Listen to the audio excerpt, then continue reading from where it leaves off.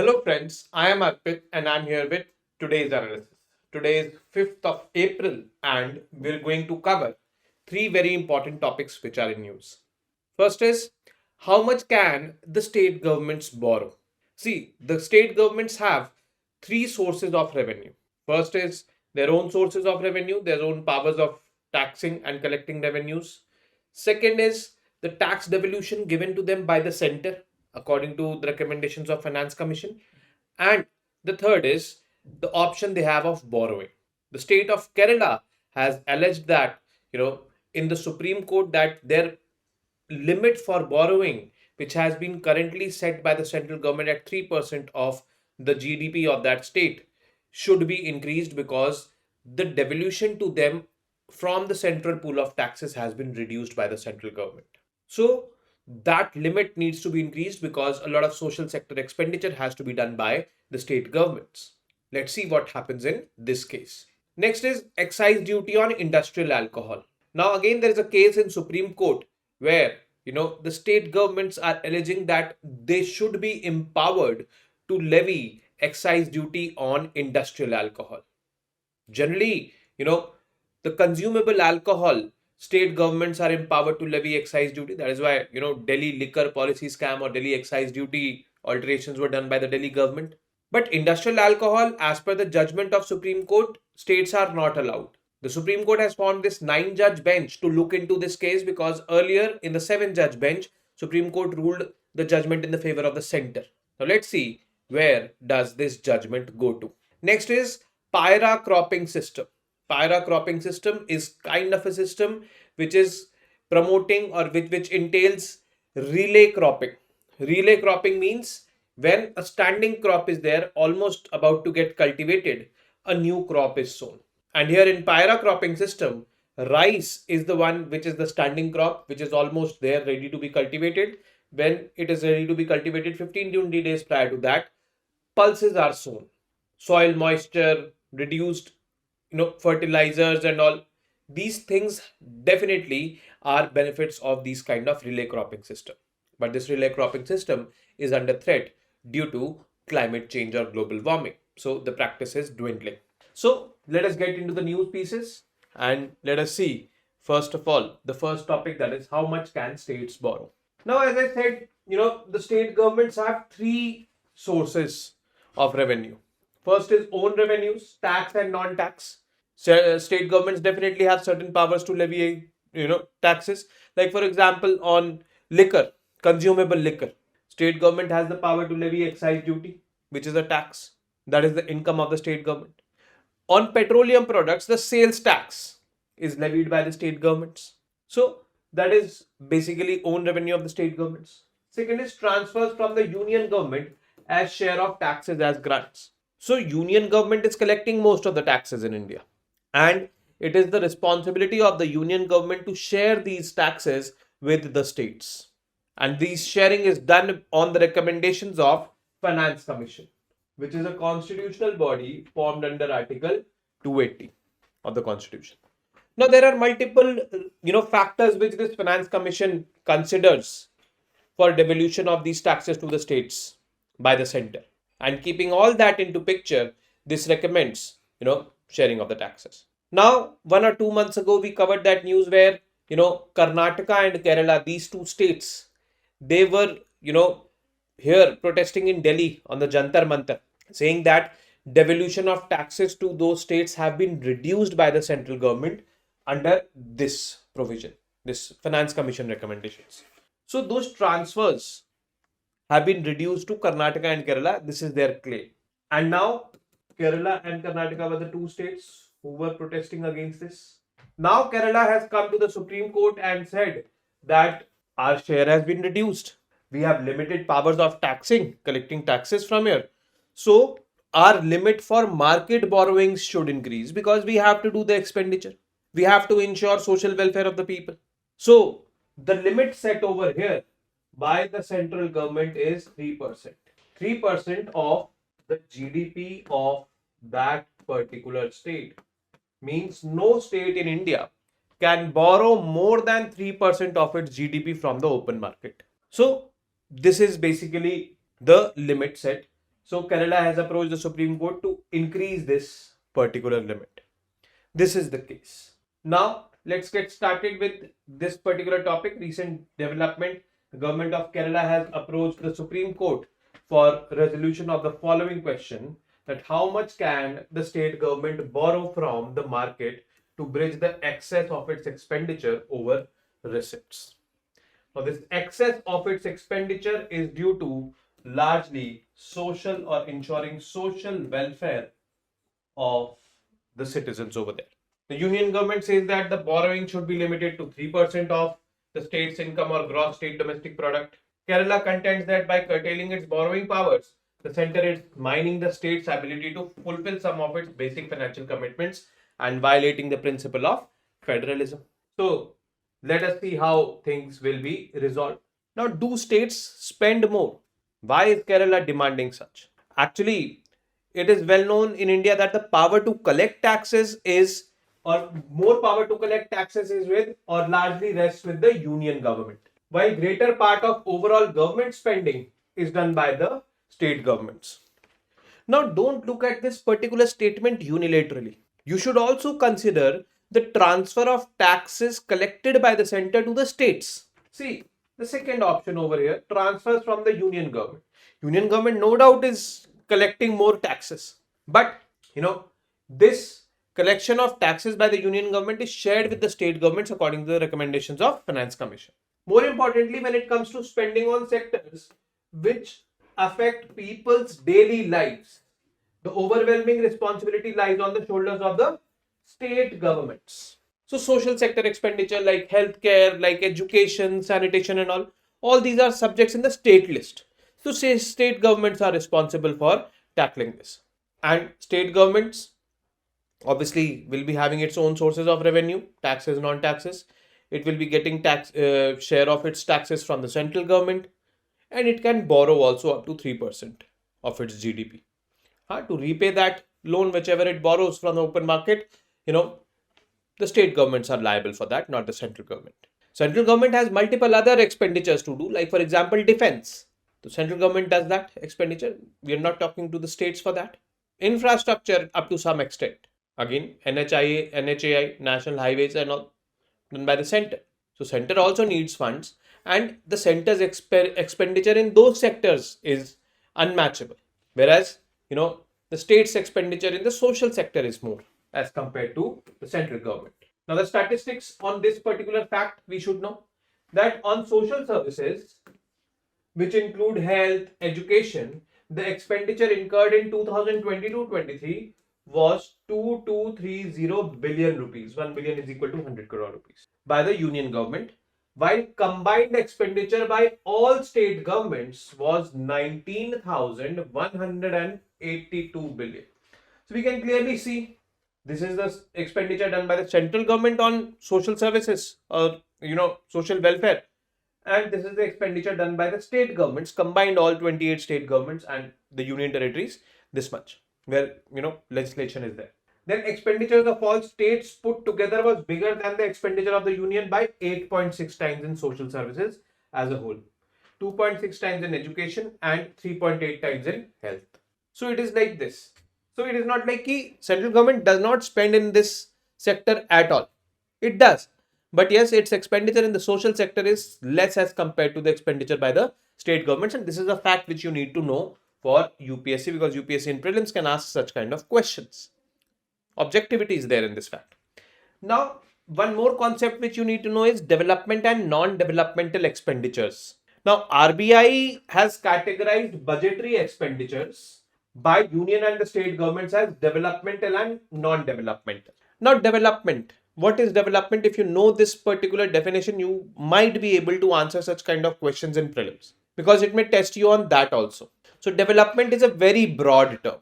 This is basically, if you are having good infrastructure, good per capita income, first of all, then good infrastructure, good educational facilities, good, I would say, healthcare facilities, sanitation is proper, environment is clean, women are feeling empowered, women are safe, participation of women in all spheres of life is equal to that of male or more, I would say. So that is what development is. So expenditures incurred to achieve that developmental levels will definitely come in developmental expenditures. It includes expenditures on social services and economic services such as on agriculture, industry, education, healthcare and all. What is non-developmental expenditure? Interest payments on the loans taken by the governments, pensions which have to be given to the people, subsidies and so on. This is non-developmental. Subsidies is not developmental. And UPSC can be smart here and ask you questions that which of the following expenditures done by the central or state governments falls under non-developmental expenditures or developmental expenditures. Now it is remarkable that developmental expenditures and within that the expenditures on social services incurred by the state governments have risen significantly over the last 2 decades. So expenditures over here, developmental expenditures have risen, and this is something which is a sigh of relief that at least non-developmental expenditures have not risen, because there are populist measures like subsidies, pensions and all over here. Now, how much they have risen? They were 8.8% of GDP in 2004-5 to 12.5% of GDP in 2021-22. So as a proportion of the country's GDP, they have risen. But obviously, they need funds for that. Now, what is Kerala's case over here? What is Kerala saying? Kerala is saying that the expenditure on education, health, and other social sectors as proportion of total budgeted expenditures by the state government in Kerala range between 40 and 50% for 4 decades from the 1960s till the end of 1990s. So Kerala, as we know, is a state which is very high performing state on human development indicators like education, healthcare, life expectancy and all. So it has done expenditures, it has spent a lot of money on that, it has invested a lot of resources on that, and that is why we see Kerala, the Kerala it is of today. And how much it has done expenditure? 40 to 50% of its GDP has gone for social service expenditures from 1960s till 1990s. This proportion of social sector spending in Kerala was way ahead of corresponding average of all other states until the middle of 2000s. So it is but natural because we see the highest literacy rate over there. We see the lowest IMR, MMR, these healthcare indicators over there. So definitely, things have resulted also for Kerala. From the mid 2000s, while the average proportion of all other states rose upwards, other states also started doing more and more expenditure on these services to the people. So their expenditure increased. The proportion for Kerala stagnated. A substantial part of Kerala's budget, that is 6% in 2022-23, is now devolved to local self-governments. Local self-governments means the panchayats or the urban local bodies and all, because they are also the third tier and they are also there delivering such kind of social services to the people. Now, if we consider this devolution by the state government to the local bodies, urban or rural, then by considering this also in the state government's expenditure only on social services, Kerala still ranks at number 1. So Kerala could be still higher than average of all other Indian states. So it is like this. In 2020-21, the Kerala government had sharply increased its spending to 18% of its GSDP to provide economic relief in the wake of COVID. That was the COVID year. As ratios of GSDP, the union government's transfer to Kerala declined 2.8% in 2023-24, and that is why Kerala was sitting on that protest in New Delhi a few months ago, that the devolution has declined significantly lower than the previous years, even as the state's own revenues remained at around 8%. This meant that in 2023-24, the state government could meet its modest budget expenditure equivalent to 14.2% of its GDP only by raising the borrowing of 3.4% of the GDP. So 3.4% of GDP had to be borrowed by the Kerala government if it had to meet its expenditures. So the social sector expenditure, which is high there in Kerala. And this is breaching that 3% mark. And that is why Kerala has approached the Supreme Court. The Supreme Court now has referred Kerala's plea for additional borrowing to a constitution bench. So it is like this. So jaye kahan? Kerala government is saying this, that where should we go? We are not allowed to borrow extra. Our share from the central pool of taxes has reduced. We have limitations in levying taxes and generating revenue for ourselves. So and our expenditure is high. So we should be given more, or we should be given that room for extra borrowing.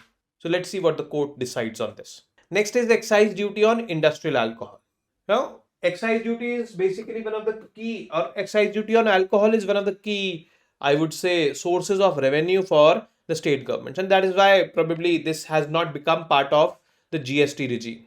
But on all types of alcohol, the state governments are, eligible to levy excise duty. I'm sorry to say, not all types of alcohol, only the consumable liquor, that is. Industrial alcohol, the central government has the, power to levy excise duty on that.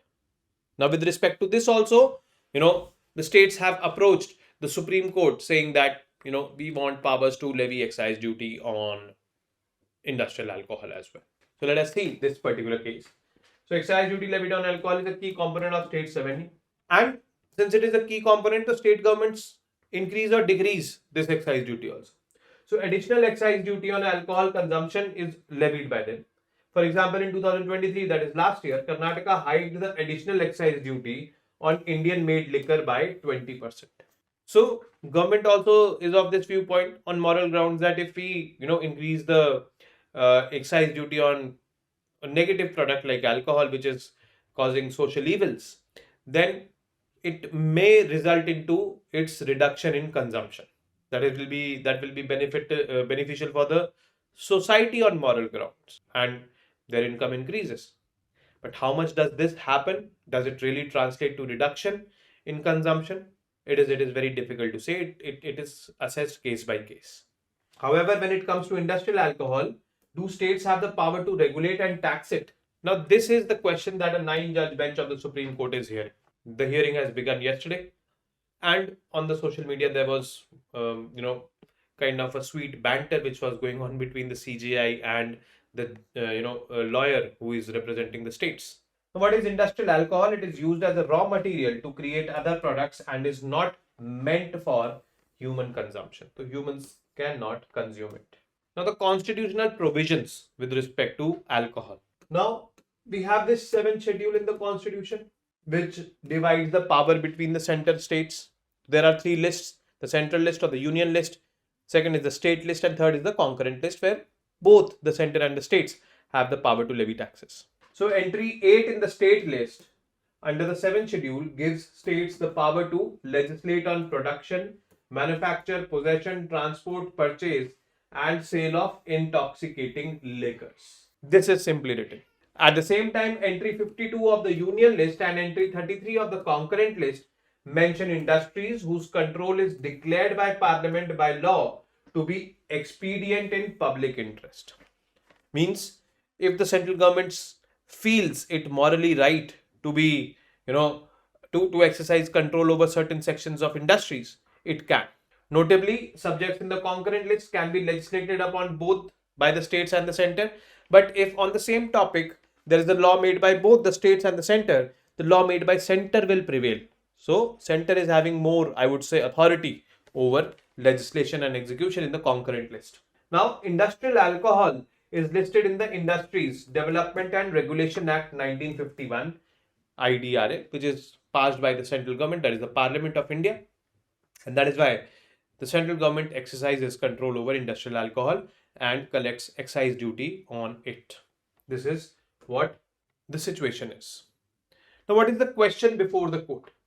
Essentially, the question before the apex court is whether states can regulate industrial alcohol or whether the center exercise exclusive control on the subject. So, states can also regulate on this, or does the center have exclusive rights over industrial alcohol? So, has the Supreme Court considered this issue earlier? Yes. In 1989, a 7-judge constitution bench in the Synthetics and Chemicals Limited versus State of Uttar Pradesh held that states' powers as per entry 8 of the state list were limited to regulating intoxicating liquors which are different from industrial alcohol. Intoxicating liquors is not industrial alcohol. That is separate. The Supreme Court acknowledged that states' power to regulate consumable alcohol must include the power to prevent and or check industrial alcohol being used as intoxicating or drinkable alcohol. The Supreme Court in this particular case in 1989 said कि the state's power with respect to industrial alcohol are only limited to that extent that states should regulate that this industrial alcohol is not consumed by the people. Rest, no power is the state government is having.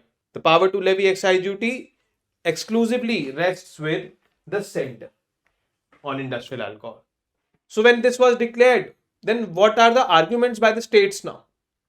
Why are they saying like this? So first of all, this judgment which came in 1989 was a 7-judge bench judgment, and that is why now a larger bench has been constituted for the case. 9 judges are there on this bench. Now what are the arguments by the state? The senior advocate Dinesh Dwivedi, appearing for the state of UP, said that the phrase intoxicating liquors in entry 8 of the state list includes all liquids containing alcohol. So the lawyer is saying, the lawyer is being too technical. He's saying that, intoxicating liquors on which the state governments have the power to levy excise duty includes all liquids containing alcohol. He said that liquor, spirit and intoxicant were used in excise laws before the constitution came into force.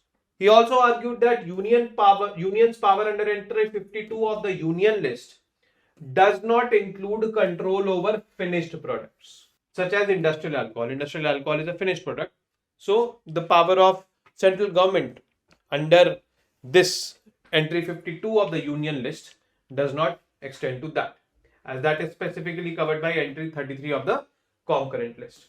In order to exercise exclusive control over regulation of industrial alcohol, the center would first have to issue an order to that effect under section 18G of IDRA.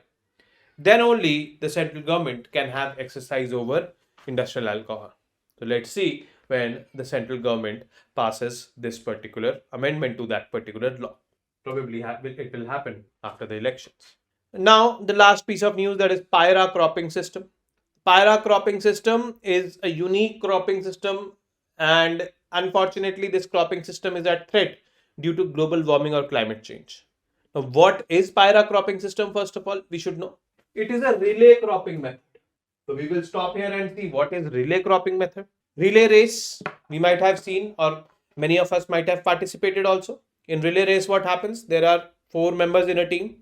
One member runs, completes the round, passes the baton to the other member, and then that member runs, completes the round, passes the baton to the third member, and then that third member runs, completes the round, and then third member passes the baton to the fourth person, then fourth person crosses the finishing line. And this is how a relay race is conducted. So relay cropping method, one crop has completed its life cycle, means it has grown, it is ready to be cultivated. At that time, a new crop is sown. So this basically is what is relay cropping. It is a cropping method where one crop is seeded along with the standing crop. So coming back to this, what is PAIRA cropping system? It is a relay cropping method. Now we've known what relay cropping method is, in which pulses and rices are grown. Just before the cultivation of rice, pulses are sown. The pulses benefit from the soil moisture present due to rice cultivation.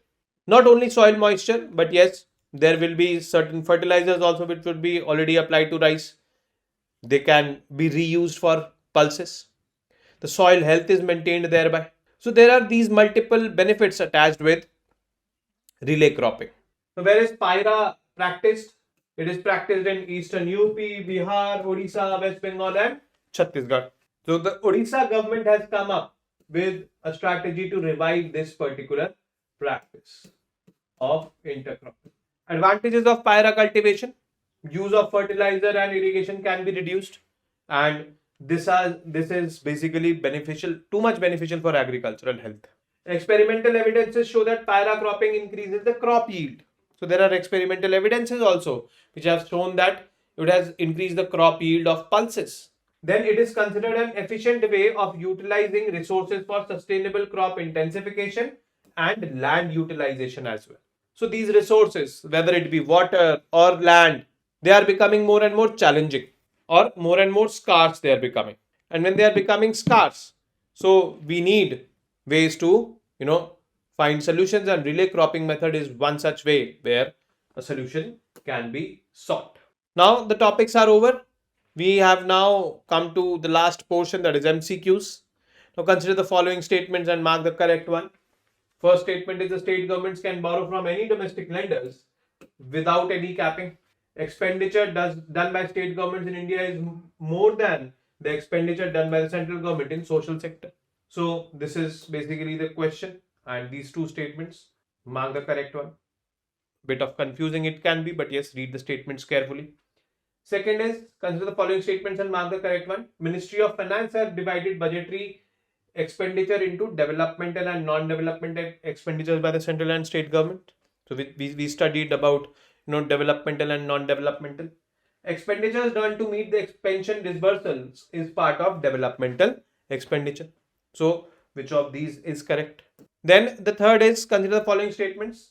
Assertion: excise duty on industrial alcohol is levied by the central government. Reasoning: industrial alcohol is not consumable. Now you have to see that both A and R are correct, and R is the correct explanation of A. Both A and R are correct, and R is not the correct explanation of A. A is right, R is wrong, or A is wrong, R is right. This you have to see. Now, which of the following is true about relay cropping system? It increases crop yield, it reduces the need for irrigation, it contributes in restoring crop health. Now, from among these options, you can mark. In which state is PAIRA cropping system practiced?